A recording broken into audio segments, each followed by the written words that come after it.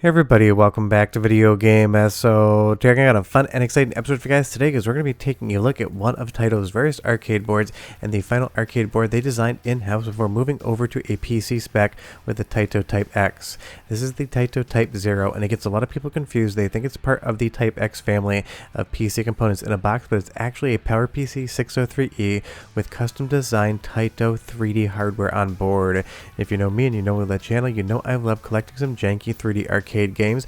I just recently got Operation Tiger like early last year, also on a PowerPC system, and this is basically the evolution of the board. It is gigantic. It is an absolute beast as far as wiring is concerned, and I know what you're thinking, why did I pick this up? Well, I figured I'd play Battle Gear 2 on the arcade board versus just playing the very good release on PlayStation 2. This is a Battle Gear 2 board, and of course that game did get ported home, but there's more than one reason for picking this up, and I'll explain that a little bit more. But one of the primary reasons is I'm a stupid man with stupid hobbies, and if you want to support those stupid hobbies and decisions, go down below, hit like and subscribe, ring that notification bell, definitely helps us out.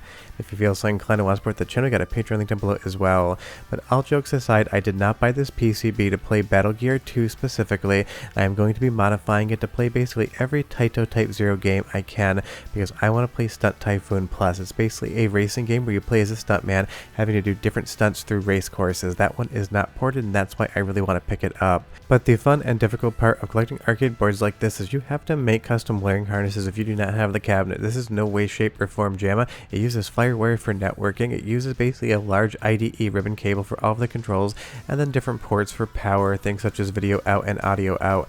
It is a metric pain in the ass to actually convert these things over, but I kind of really enjoy making the harnesses, just kind of poking around the wiring diagram and seeing what I can make run for sure.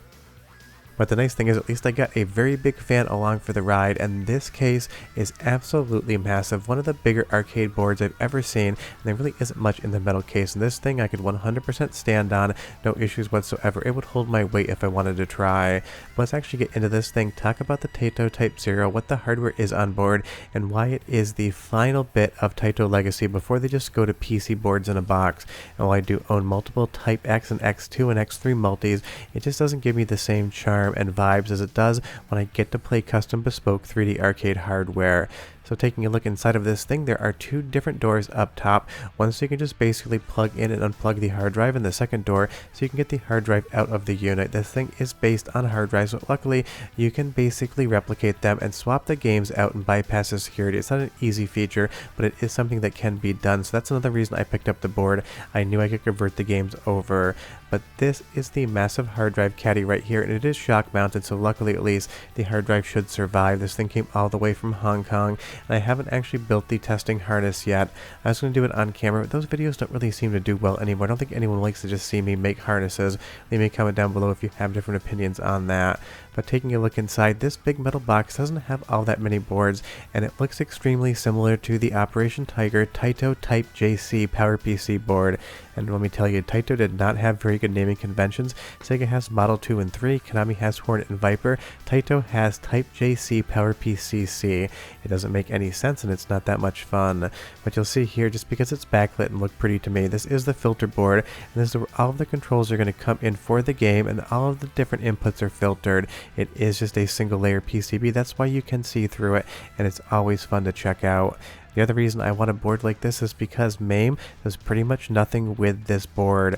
Not a knock against MAME, they do incredible work, but if you actually try to emulate this thing, you'll get about as far as this warning notice, and you'll see the Taito logo pop up. From there, if you hit start or try to interact with the game in any way, shape, or form, you're just going to be met with this on screen. Looks like it's trying to draw some graphics, but nothing really is going on. So luckily, at least I have the PlayStation 2 version of the game to explain what Battle Gear 2 is. I'm going to do a soundtrack sample in just a moment, but it is a ton of fun. It's just one of those things. I'm not going to keep the board as a Battle Gear 2 primarily because I can play the PlayStation 2 version, but this is what it sounds like if you're actually listening to the arcade board.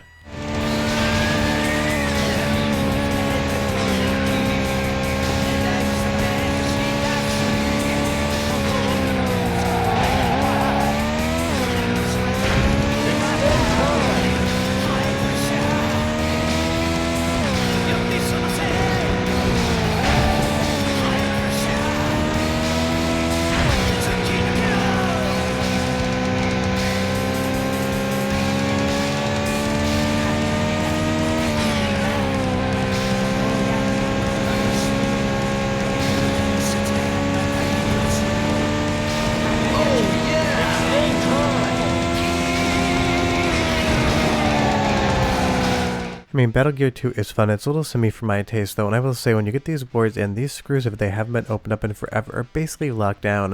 A little tip is just grab a pair of pliers. I'm using an old wire stripper that doesn't really strip wire very well anymore, and just put that screwdriver in and give it a little bit of torque. You don't want to script these things out, then you got to get the drill, and it becomes a whole other problem, but it is something that's definitely helped me along the way.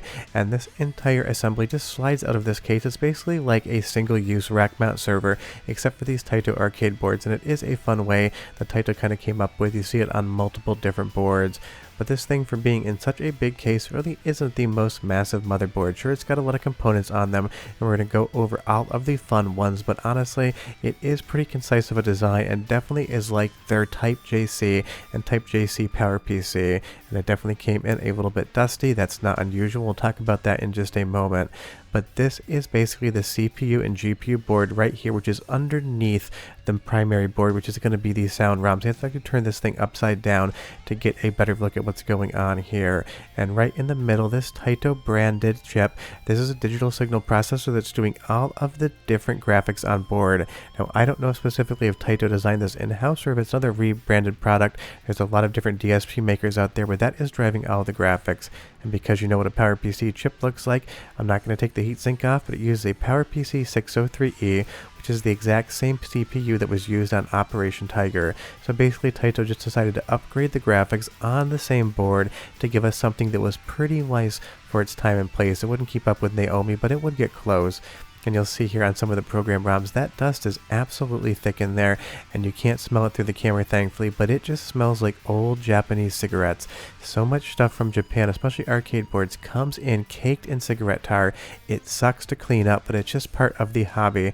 I clean the entire board just to make sure it lives a nice long life, because dust is the death of components. It retains heat, and heat is not good where you don't want it. So if you ever want to smell what 20-year-old Japanese tar smells like, just buy an arcade board with a fan, and you'll find out very quickly.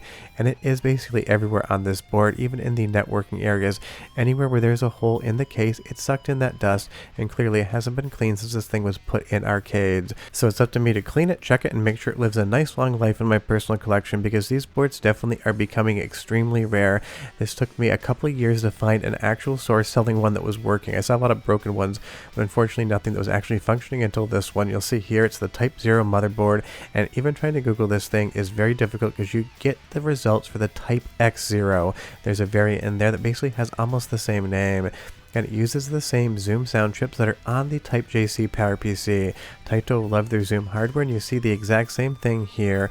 It does have a really nice sound to it, both in the sound effects and music department, and because Zuntata worked on this game, you know you're getting great sound. And even though this did ship as a Battle Gear 2, it can become any game that will work on the board. But one more soundtrack sample, because this again is what Zoom sounds like.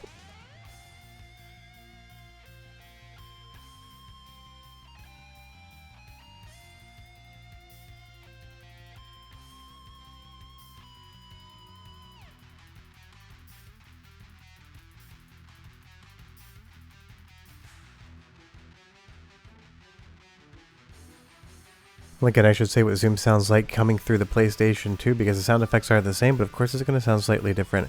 And this board has maybe the nicest bodge wire fixing a mistake I've ever seen. They use this solid stranded wire here that is pliable and bendable, and basically put a little resistor in line. I've never seen one that clean. As far as all the capacitors, they look good. The only other thing I need to do is, again, get this disgusting tar dust off. It does suck, but trust me, this is not the worst thing I've ever seen come in.